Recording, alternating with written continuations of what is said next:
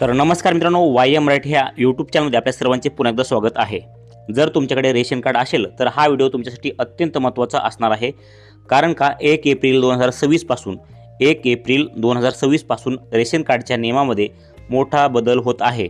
जर तुम्ही हे नियम पाळले नाही तर तुमचे रेशन कार्ड जे आहे ते बंद होऊ शकते किंवा तुमचे रेशन कार्डमधील नाव कमी होऊ शकते, तुमचे रेशन कार्ड रद्द पण होऊ शकते। आजच्या व्हिडिओमध्ये आपण पाहणार आहोत की 1 एप्रिल पासून कोणते 3 मोठे बदल होणार आहेत आणि तुम्हाला काय काळजी घ्यावी लागणार आहे हे तुम्हाला ह्या व्हिडिओमध्ये सांगणार आहे। त्यामुळे व्हिडिओ शेवटपर्यंत बघा आणि तुम्ही जर पहिल्यांदा चॅनलवरती आला असाल तर चॅनलला सबस्क्राइब करा, व्हिडिओला लाईक करा, कारण की रेशन कार्डविषयी नवनवीन अपडेट आपल्या चॅनलवर तुम्हाला सर्वात अगोदर पाहायला भेटत असते। तर या ठिकाणी पहा, जे आहे ते सर्वात महत्त्वाचा बदल म्हणजे ई-के-वाय-सी सरकारने स्पष्ट केले आहे की रेशन कार्डमधील प्रत्येक सदस्याचे आधार प्रमाणीकरण होणे अनिवार्य आहे।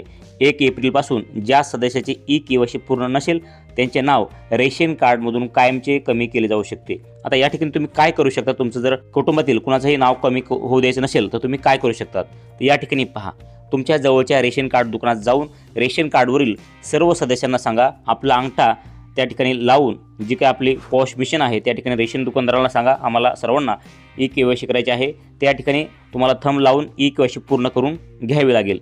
हे पूर्णपणे मोफत आहे, यासाठी कोणतेही शुल्क आणि कुठलाही 1 रुपया द्यायची गरज नाही, हे लक्षात ठेवा।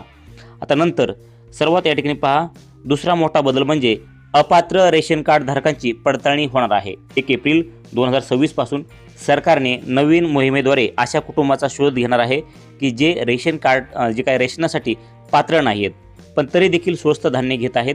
लक्षात ठेवा, जर तुमच्याकडे 4 चाकी वाहन असेल, कुटुंबातील कोणी सरकारी नोकरीत असेल किंवा तुमच्याकडे वार्षिक उत्पन्न विहित मर्यादेपेक्षा जास्त असेल तर तुमचे रेशन कार्ड रद्द होऊ शकते। अशा परिस्थितीत कारवाई होण्यापूर्वी स्वतःहून तहसील कार्यालयात जाऊन तुमचे रेशन कार्ड जमा करणे हिताचे ठरू शकते। आतापर्यंत आपण 2 बदल बघितलेले आहेत। आता या ठिकाणी पहा, आपण तिसरा नेम काय आहे बघूयात। तर या ठिकाणी पहा, तिसरा बदल म्हणजे धान्य वितरणाबाबत आहे। केंद्र सरकारने मोफत रेशन योजनेला मुदतवाढ दिली असली तरी 1 एप्रिलपासून धान्याच्या प्रमाणात किंवा प्रकारात काही बदल होऊ शकतात।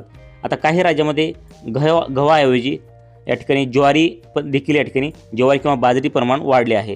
तसेच अंत्योदय रेशन कार्डधारकांसाठी नवीन मार्गदर्शक सूचना जारी करण्यात आल्या आहेत, ज्यामुळे गरजू लोकांना जे आहे ते अधिक लाभ होणार आहे।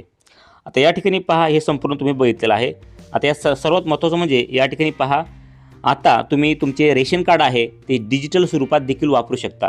डिजी लॉकर किंवा सरकारच्या अधिकृत पोर्टलवर तुमचे डिजिटल रेशन कार्ड डाउनलोड करू शकतात। तुम्हाला जर रेशन कार्ड डाउनलोड करता येत नसेल त्यावरती आपण तुमच्या मोबाईलवरून तुम्ही तुमचं रेशन कार्ड कशाप्रकारे ऑनलाईन डाउनलोड करू शकता ह्यावर आपण एक व्हिडिओ बनवला आहे, तो तुम्हाला पाहिजे असेल तर नक्कीच कमेंटमध्ये मला कमेंट करा की ऑनलाईन रेशन कार्ड कशाप्रकारे डाउनलोड करता येते, मी तुम्हाला ते सांगून देईल।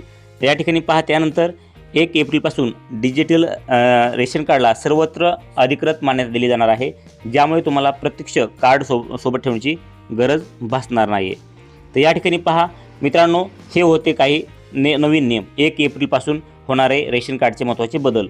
तुमचे ई-के-वाय-सी झाले आहे का नाही नक्कीच कमेंटमध्ये सांगायला विसरू नका, कारण की तुम्ही घरी बसून देखील या ठिकाणी ई-के-वाय-सी करू शकतात।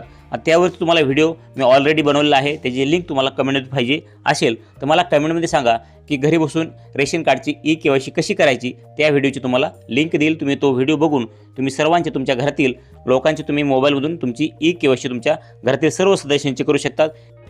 नक्कीच तुम्हाला ही माहिती आवडली असेल तर व्हिडिओला लाईक करा, चॅनलला सबस्क्राईब करा, कारण की सर्वात महत्त्वाची अपडेट या ठिकाणी सर्वात अगोदर दिलेली आहे। त्यामुळे आपल्या वाय मराठी ह्या यूट्यूब चॅनलला सबस्क्राईब करा आणि व्हिडिओला लाईक करा आणि इतर मित्रांना देखील हा व्हिडिओ शेअर करायला विसरू नका। भेटूयात पुढच्या व्हिडिओमध्ये, तोपर्यंत जय हिंद, जय महाराष्ट्र।